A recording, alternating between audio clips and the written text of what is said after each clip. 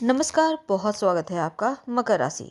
शनिदेव की 7.5 समाप्त हो जाने के बाद अब आपकी लाइफ में क्या सचमुच बहुत बड़ा बदलाव होगा? शनिदेव का आशीर्वाद बरसेगा। जीवन की जो मुश्किलें थी, परेशानियां थी, वहां से कितने हद तक बाहर निकलेंगे? और लगभग 7.5 सालों का जो वक्त था, वो जितना आपने दुख झेला, परेशानी झेली, धन को लेकर, स्वास्थ्य को लेकर, रिश्तों को लेकर, उन सभी चीजों से कितने हद तक आप बाहर निकलेंगे और शनि महाराज कितना आपको सुकून देंगे। शनिदेव का ये महापरिवर्तन और उनकी दृष्टि का फल, तमाम बातें हम विस्तार से जानेंगे। वीडियो के अंत तक बने रहिए और ये प्रेडिक्शन चंद्र राशि पर आधारित है। तो शनिदेव 29 मार्च को महापरिवर्तन करेंगे। राहु महाराज अब और शनिदेव एक साथ। अब चिंता ना करें, 18 मई को तो राहु भी निकल जाएंगे।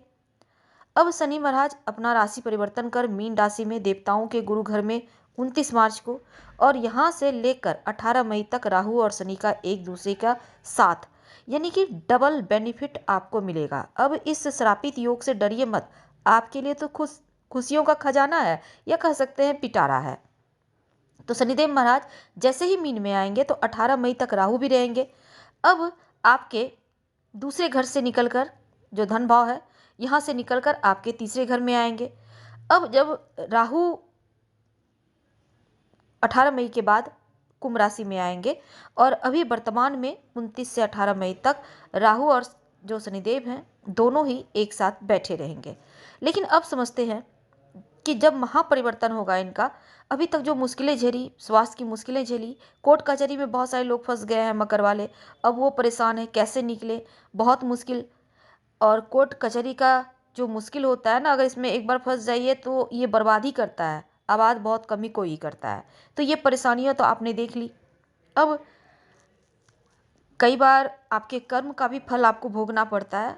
तो पिछले जन्म का कर्म इस जन्म में लोग बोलते हैं कि भोगना पड़ता है, लेकिन मेरे ख्याल से इस जन्म का कर्म भी आपको इसी जन्म में भोग कर जाना पड़ता है। अगर आप नहीं भोग पाए तो आपके आने वाली जो पीढ़ी है वो भोगते हैं, इसलिए अच्छे कर्म कीजिए। पहली बात देखिए, पूर्व जन्म का, ऐसे तो हमारा ज्योतिष कहता है कि पूर्व जन्म के कर्म इस जन्म में व्यक्ति भोगते हैं, ये भी सच है। तो अब देखिए, तो अभी तक आपने जो बुरा समय झेला है, जितना बुरा हो सकता है उससे कहीं ज़्यादा हुआ। अब यहाँ से धीरे धीरे आपको फील होगा कि सब कुछ बढ़िया हो रहा है, आप रिलैक्स महसूस करेंगे, एकदम से सुकून मिलेगा, दिन ही दिन आपको बहुत शांति मिलेगी। तो जितना आपने बुरा झेला तो झेला, अब परेशानियां समाप्त होंगी। मकान जमीन बहुत सारे मकर वालों के बिक चुके हैं, बीमारियों के पीछे तो तबाह हो गए हैं, अदालती मामलों में तो बस समझ ले खत्म। मैरिड लाइफ में इतनी टेंशन, इतनी दूरियां कि लग रहा है जैसे बेकार ही था सब कुछ, पूरी लाइफ ही तबाह। लेकिन अब चिंता ना करें, अब क्या होगा, अब चीज़ें धीरे धीरे बढ़िया होती नजर आएंगी। 7.5 समाप्त होने के बाद व्यक्ति की मुश्किलें खत्म हो जाती हैं, कम नहीं होती, खत्म हो जाती हैं।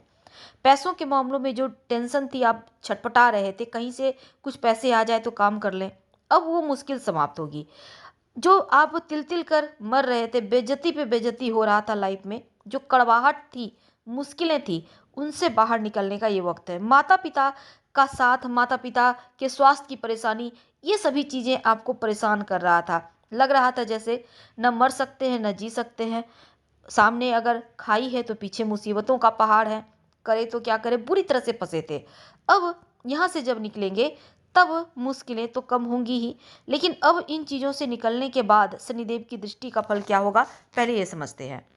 तो मकर राशि वालों, शनिदेव आपके प्रथम भाव और द्वितीय भाव के स्वामी हैं और तीसरे भाव में प्रवेश करेंगे। अब देखिए, जब मीन राशि में शनिदेव तृतीय भाव में आएंगे, और ये भाव होता है आपके साहस का, आपके नेटवर्किंग का, आपके धन के मामलों का।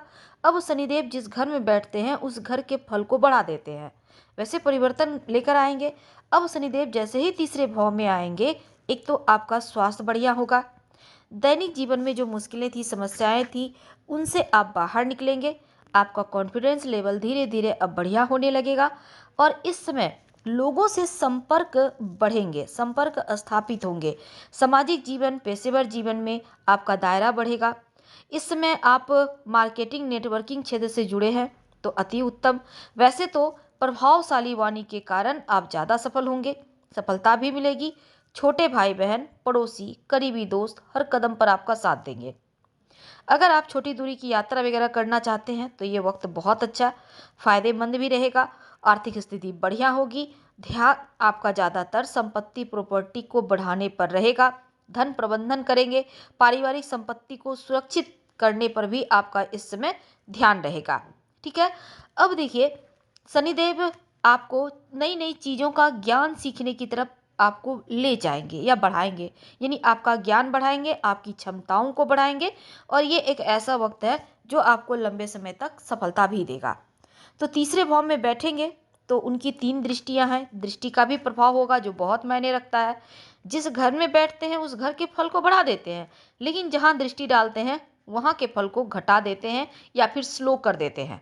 तो कैसे उन जो शनिदेव की दृष्टि है उनके फल को बेहतर करें, आज हम ये भी जानेंगे। देखिए, उनकी जो दृष्टि है शनिदेव की, तीसरी दृष्टि से आपके 5वें घर को देखेंगे। अब 5वां घर क्या है? संतान का, प्रेम का और पढ़ाई का। तो अगर आपके प्रेम जीवन में समस्या, अगर अभी तक तो परेशान थे ही, लेकिन अभी प्रेम जीवन में थोड़ी समस्या हो सकती है। रिश्तों में लगेगा जैसे दूरियां, बेवजह किसी तीसरे के कारण मुश्किलें, या फिर आप एक दूसरे पर भरोसा नहीं कर पाएंगे, या प्रेम आपको छल भी सकता है। तो सोच समझकर, ठोक बजाकर आप हर बात शेयर करें या रिश्ते को आगे ले जाएं। ठीक है। अब जो विद्यार्थी हैं, पढ़ाई लिखाई के मामलों में थोड़ी सी मन आपका डिस्टर्ब होगा।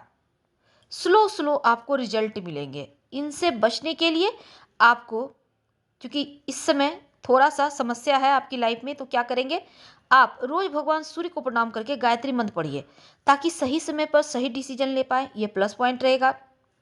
और संतान अगर प्राप्ति के लिए आप प्रयास कर रहे हैं तो उसमें थोड़ा सा देरी हो सकता है। इसलिए अगर आप, जैसे आप प्रेग्नेंट हैं, तब क्या करेंगे? उनकी दृष्टि चली गई है, तब आप भगवान श्री कृष्ण की आराधना करें और क्लिंग कृष्ण क्लिंग इस मंत्र का खूब जप कीजिए। जो महिला है मकर राशि की, याद रखिए, क्लिंग कृष्ण क्लिंग इस मंत्र का जप करना है आपको, खूब कीजिए, आपकी रक्षा होगी। अब उनकी एक और दृष्टि जो है आपके 9वें भाव पर है, तो 7वीं दृष्टि है 9वें भाव पर। अब 9वां भाव भाग्य का।